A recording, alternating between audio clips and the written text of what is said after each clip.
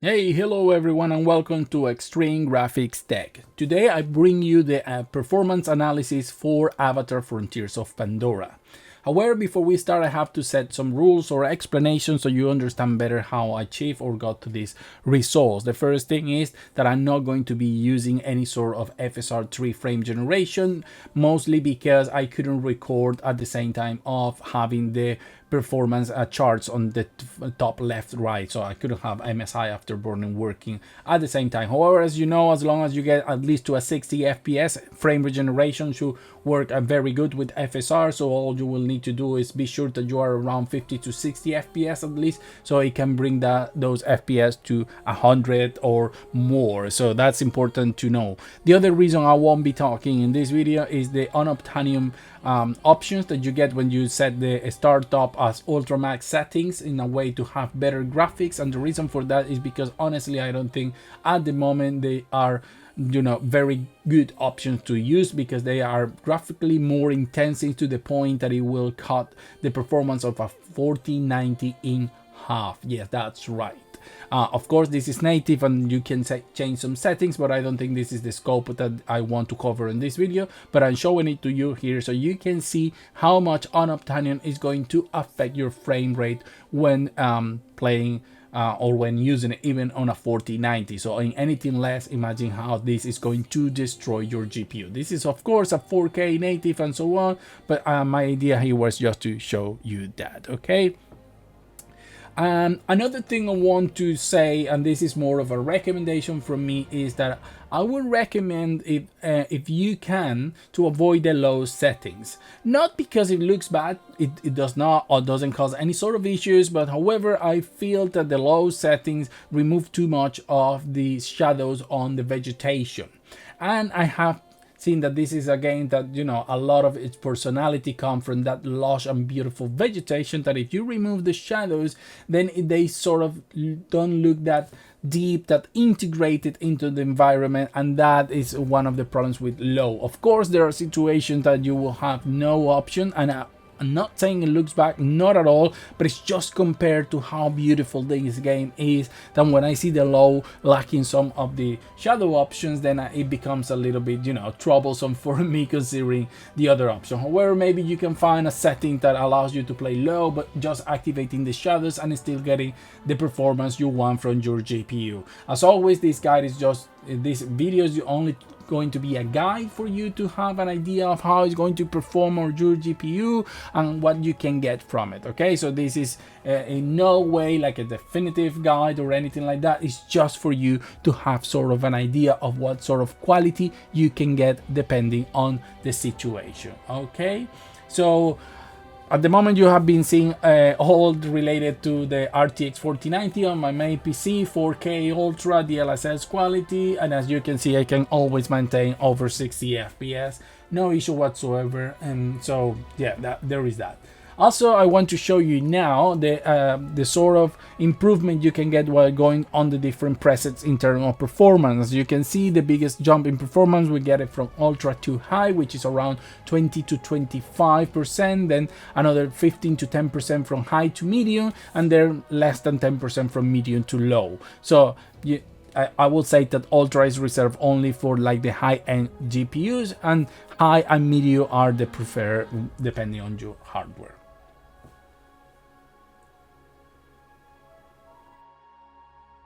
So since I already been showing the game running on the RTX 4090 with everything cranked up to the max, except it's not unobtainium, it's just the max normal settings at using the DLSS quality, let's just show and talk about the benchmark. I'm going to be using the benchmark from time to time. I use in all of the GPUs, but I'm not going to be showing in all of them because otherwise the video will be 30 minutes long. But this is just to give you an idea of how this benchmark works. It has some different areas. It's quite good. It's very it will show you some how the game runs, so you can use it for you to have an idea if you achieve good settings. The good thing about this game is you don't need to restart every time you change anything. That's very good, because normally with Assassin's Creed game from Ubisoft you always have to restart depending on the settings you're changing. That's not true for this case. So as you can see here, the information that you get from this benchmark is quite good. It's very informative. There is a lot of information there that you can get on advanced graph, and it will generate an Excel document telling you almost every sort of information you can or need. So that's a very good, and they have done an excellent job in that regard. So you can use it, and as you can see here on the RTX 4090 is running very, very well.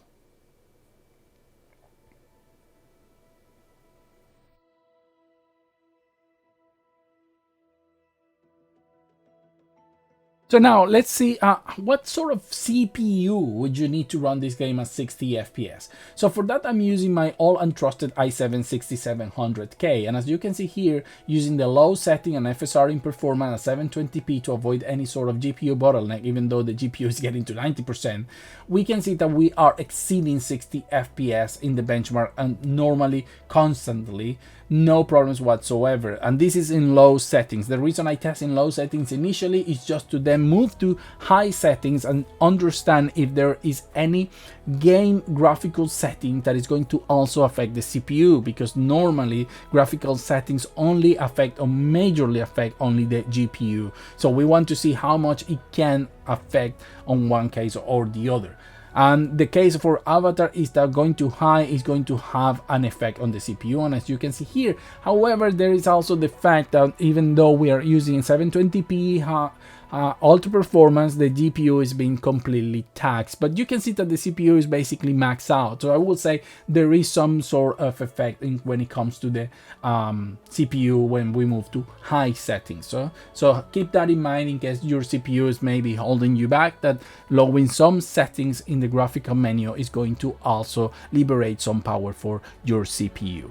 So on the next test, I decided to limit the CPU, the frame rate to 60 to avoid the CPU for always being like the 90%. So in case it needs to load or do some, shader compilation or anything, that it doesn't affect the stuttering of the graphics that much. And as you can see, we can achieve a very stable 60 FPS in the benchmark.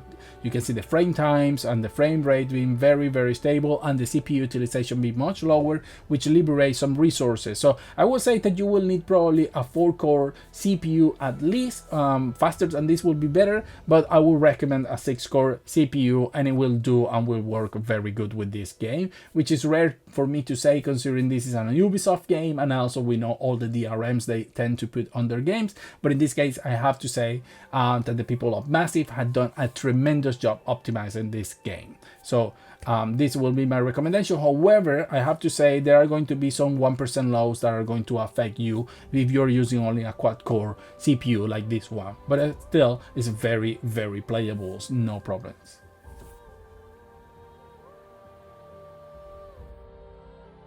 And of course, for testing the GPU, we are going to start with one of the more mythical GPUs ever released by NVIDIA, the NVIDIA GTX 1066 gigabytes.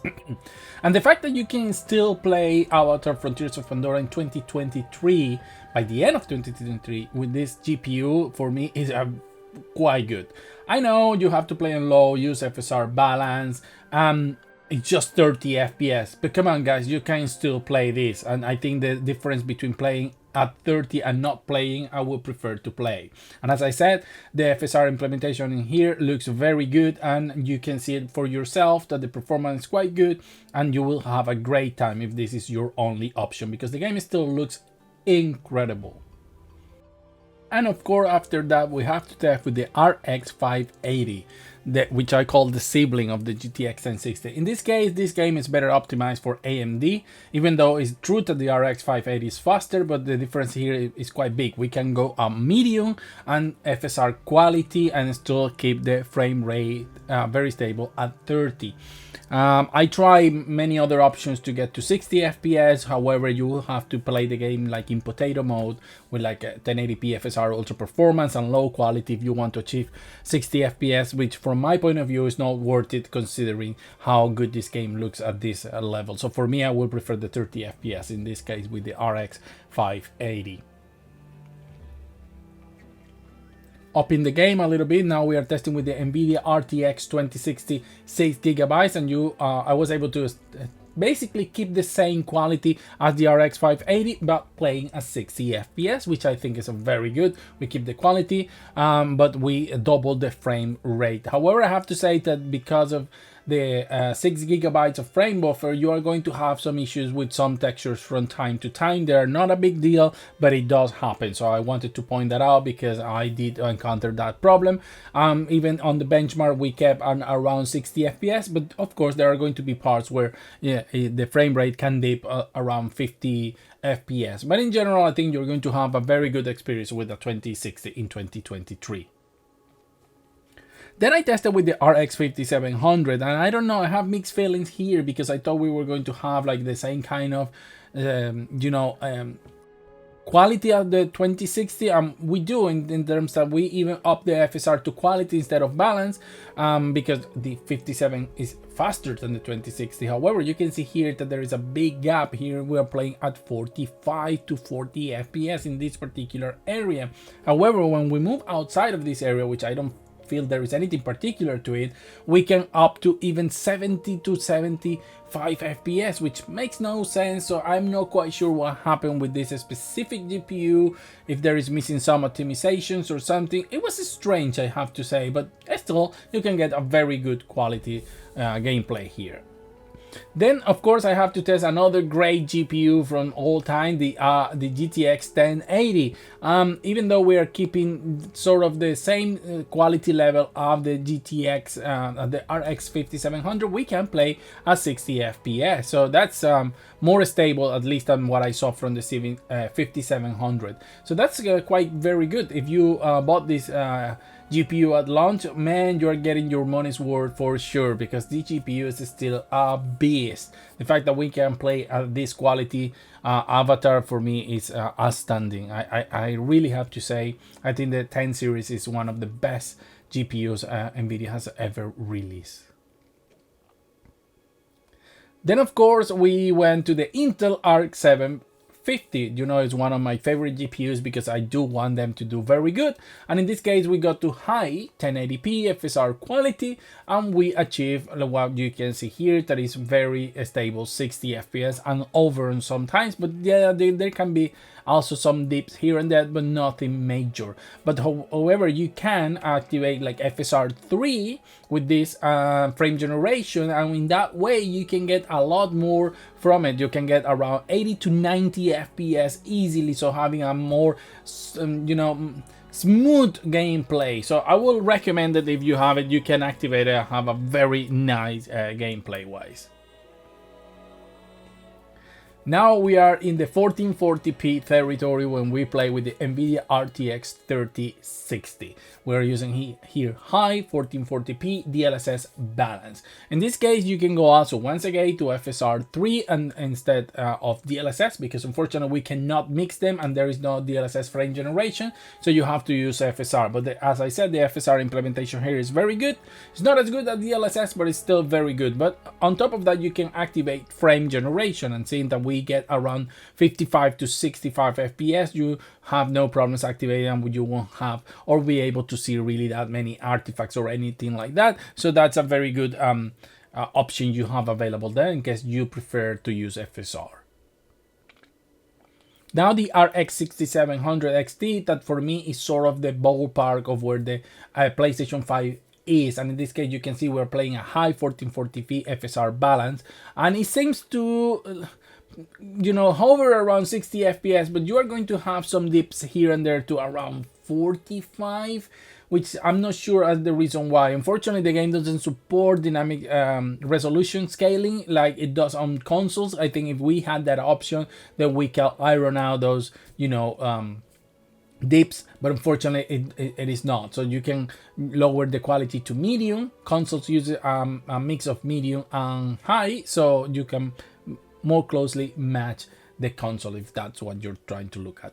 And then of course my favorite GPU from the RDNA 1 launch, the RX 6700, which is we are using 1800p, which is a resolution that is included in the game, and I appreciate Ubisoft or Massive for including it because it's a middle way between 1440p and 4K, and you don't need to create like a specific resolution. So in this case, we can play at 1800p FSR balance using high preset, and we are going to get a very good experience. Of course, you can go back to 1440p and maybe go up to ultra, but in this case, I think this is a middle point where you're going to get a very crisp image, very detailed image with a lot of quality and still having great performance. So there you have it. You can play with different combinations here. And as always, guys, if you like this video, just press the like button, subscribe to it, share it with your friends. And I'm not sure if I'm going to upload any other video this year, but in case I don't, I wish you very good holidays on whatever you celebrate, and you stay with your family. If we see again, then I'm going to wish it you again. So please, guys, subscribe, like, share it. As always, see you on the next video.